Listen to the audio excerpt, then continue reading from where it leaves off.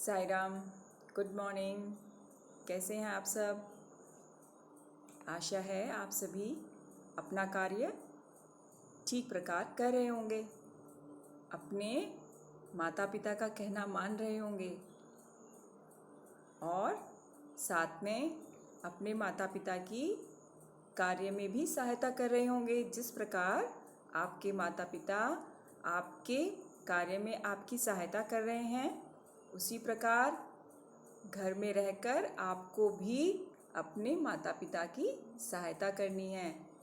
और जिस बीमारी के चलते हम सभी घर में हैं, उनके नियमों का भी पालन आप कर रहे होंगे, है ना? समय समय पर अपने हाथों को धो रहे होंगे, घर से ज़्यादा बाहर नहीं निकल रहे होंगे। ये सब कार्य आप सभी कर रहे हैं ना? नियमों का पालन करना बहुत ज़रूरी है, जिससे हम सभी इस बीमारी के ऊपर जीत पा सकें। ठीक है बच्चों?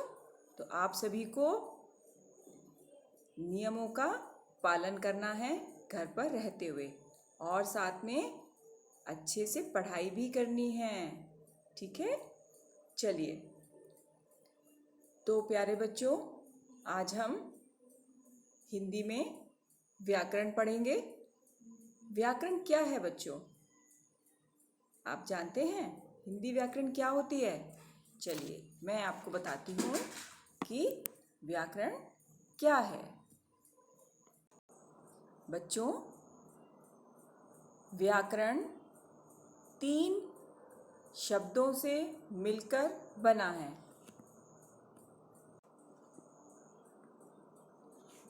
पहला शब्द है वी, उसके बाद आ और करण।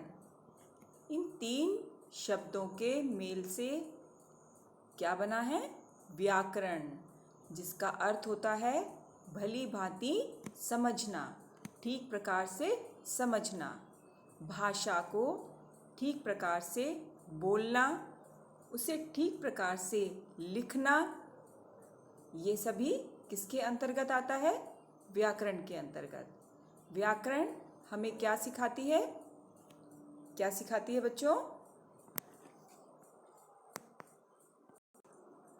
व्याकरण वह विद्या है जिसके द्वारा किसी भाषा को शुद्ध बोला, पढ़ा और लिखा जाता है। तो व्याकरण क्या है?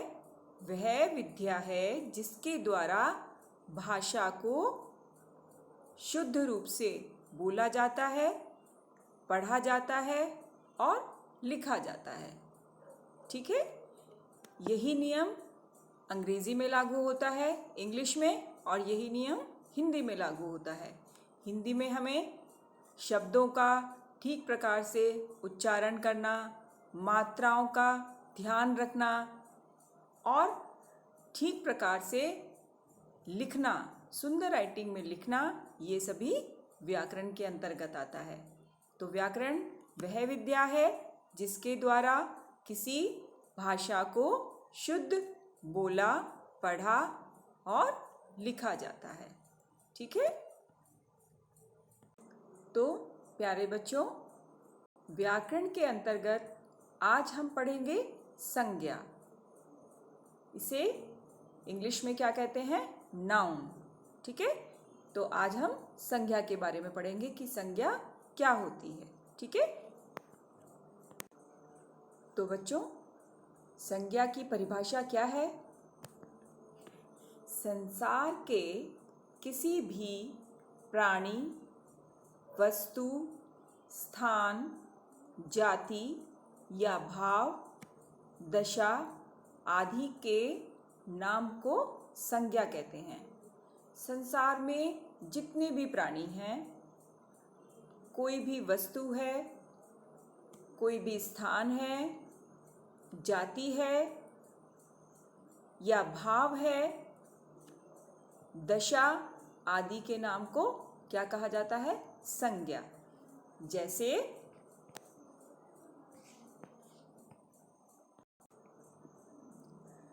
आप देखिए, ये किस चीज़ का चित्र है? स्थान। स्थान माने जगह। तो कोई भी जगह हो सकती है, जैसे हरिद्वार हो सकता है, या दिल्ली हो सकता है, या बम्बई हो सकता है, कलकत्ता हो सकता है। कोई भी जगह किसके अंतर्गत आती है? संज्ञा के अंतर्गत। ठीक है। ये किस चीज़ का चित्र है? दिल्ली। दिल्ली में लाल किला। तो ये भी एक जगह हुई। तो जगह क्या हुई? संज्ञा। ठीक है। और जैसे वस्तु। वस्तु में कुछ भी हो सकता है। आपका बैग हो सकता है, घर का सामान हो सकता है, किचन का सामान हो सकता है, टेबल हो सकती है, आपका बॉक्स हो सकता है, आपकी किताब हो सकती है, आपकी कॉपी हो सकती है। ये सब चीज़ें किसके अंतर्गत आती हैं? वस्तु। ये सब चीज़ें क्या हैं? ये सब वस्तुएं हैं। अलग अलग प्रकार की वस्तुएं, ये सब संज्ञा के अंतर्गत आती हैं। यहाँ कुछ जानवरों के चित्र हैं।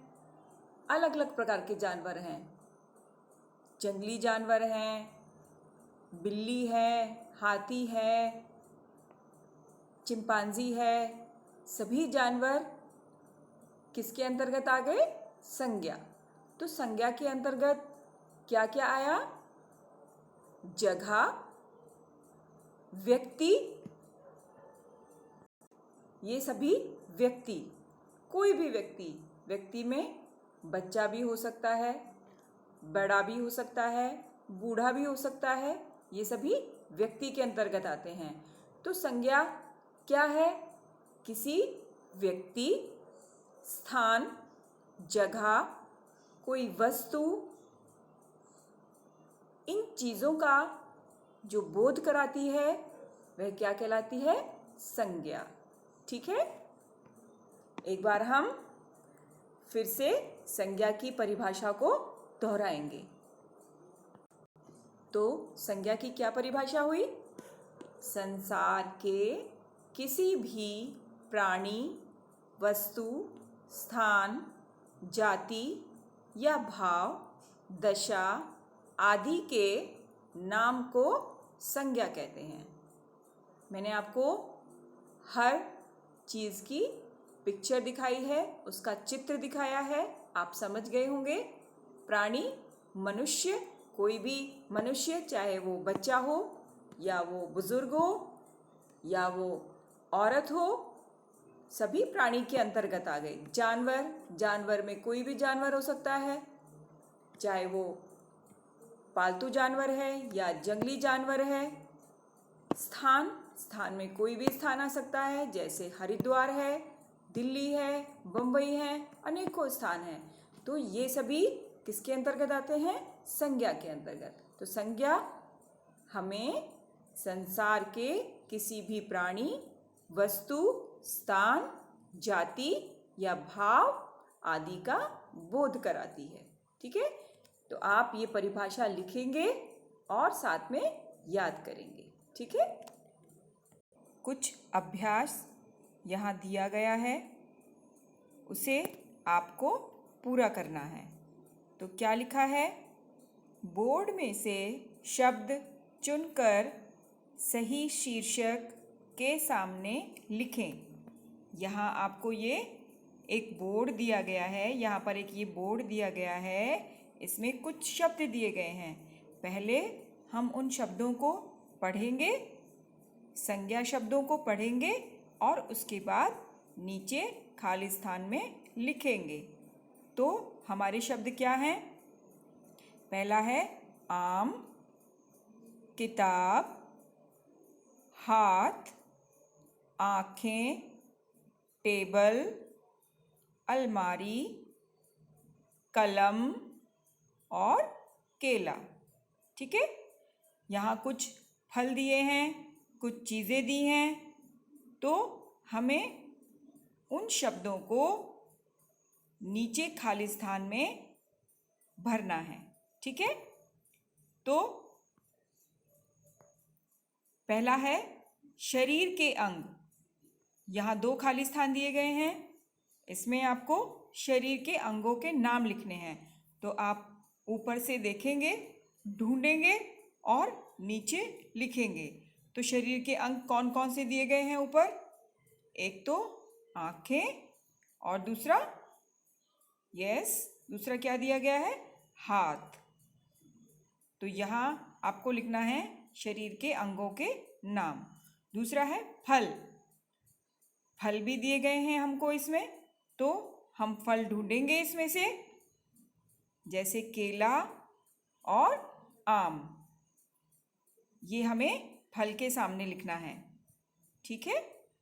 वैसे ही अगला है स्कूल की चीज़ें। स्कूल में आप क्या क्या ले जाते हैं वो आप यहाँ लिखेंगे, या स्कूल में क्या होता है वो आप यहाँ लिखेंगे। ऊपर से ढूंढेंगे स्कूल में क्या क्या चीज़ें होती हैं और नीचे खाली स्थान में लिखेंगे। अगला है घर का सामान। घर में क्या क्या सामान होता है वो आप यहाँ बॉक्स में से ढूंढेंगे और यहाँ लिखेंगे, ठीक है। अगला अभ्यास करते हैं बच्चों। ये अगला अभ्यास है। तो बच्चों यहाँ नीचे लिखे शब्दों में से संज्ञा शब्द रेखांकित करें। यहाँ आपको जो संज्ञा शब्द दिए गए हैं उनको रेखांकित करना है, ठीक है। जैसे पहला वाक्य है, बच्चे गेंद से खेल रहे हैं। क्या वाक्य दिया गया है? बच्चे गेंद से खेल रहे हैं। तो यहाँ संज्ञा शब्द क्या है? यहाँ संज्ञा शब्द है बच्चे तथा गेंद। यहाँ 2 संज्ञा शब्द दिए गए हैं, तो आप दोनों को रेखांकित करेंगे। दूसरा वाक्य है, टेबल पर किताब रखी है। टेबल पर किताब रखी है। यहाँ फिर से 2 संज्ञा शब्द हैं। पहला है टेबल और दूसरा है किताब। दोनों वस्तुएं हैं। टेबल पर किताब रखी है। टेबल भी संज्ञा है और किताब भी संज्ञा है। तीसरा वाक्य है, समीर केला खा रहा है। यहाँ फिर से 2 संज्ञा शब्द हैं, समीर तथा केला।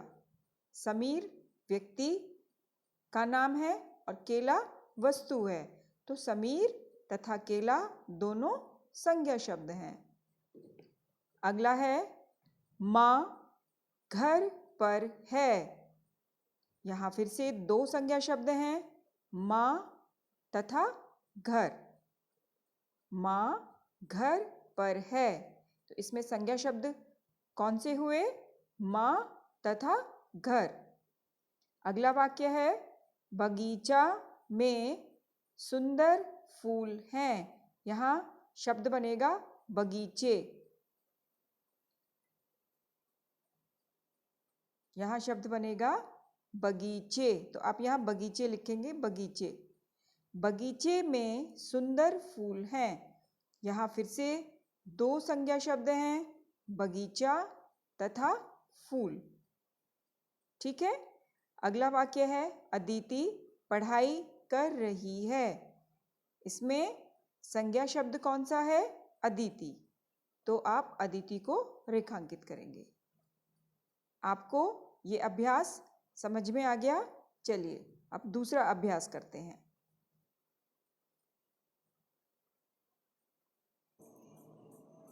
ये एक और अभ्यास है, संज्ञा से संबंधित प्रश्न है।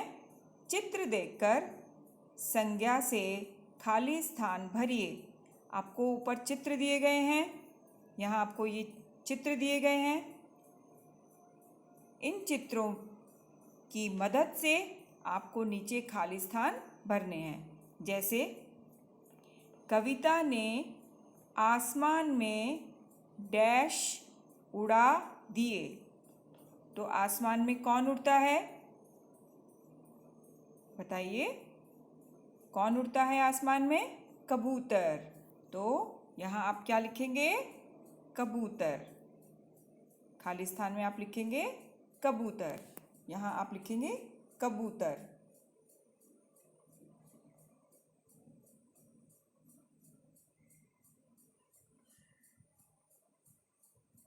ठीक है। अगला है पिताजी बाजार से डैश लाए। तो क्या ला सकते हैं पिताजी बाजार से? मोर? शेर? नहीं। घर? नहीं। क्या लाते हैं हम बाजार से? फल। तो आप क्या लिखेंगे? पिताजी बाजार से फल लाए। तो यहाँ आप लिखेंगे फल लाए। ठीक है। अगला है फूलों पर डैश बैठी है। फूलों पर कौन बैठता है? आपको पता है ना फूलों पर कौन बैठता है? तितली। तो आप क्या लिखेंगे यहाँ? फूलों पर तितली बैठी है। ठीक है। अगला वाक्य है डैश जंगल का राजा है। आप सबको पता है जंगल का राजा कौन होता है? शेर। जंगल का राजा कौन होता है? शेर। तो आप क्या लिखेंगे यहाँ? शेर जंगल का राजा है। ऐसे ही नीचे के 5, 6, 7, 8 आप वाक्य पढ़ेंगे और ऊपर से चित्र देखकर सही चित्र का नाम खाली स्थान में लिखेंगे। ठीक है। ये सब क्या हो गई? संज्ञा। जैसे फल कोई चीज हो गई, शेर जानवर हो गया, है ना? तो ये सब चीजें क्या होती हैं? संज्ञा। तो अब आपको समझ आ गया होगा कि संज्ञा किसे कहते हैं? किसी वस्तु, किसी प्राणी, किसी जगह आदि के नाम को या उसके भाव को या उसकी दशा दर्शाने को संज्ञा कहते हैं। ठीक है।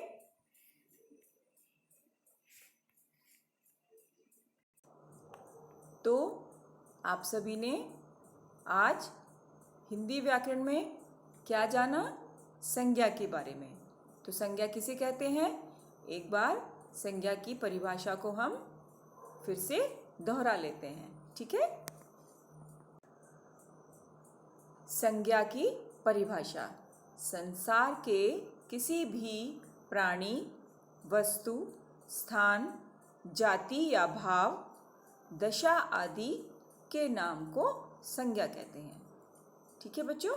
तो जो भी अभ्यास आपको दिया गया है उसे सफाई के साथ करेंगे और संज्ञा की परिभाषा को आपको याद भी करना है। उसे अच्छे से याद करेंगे। साई राम।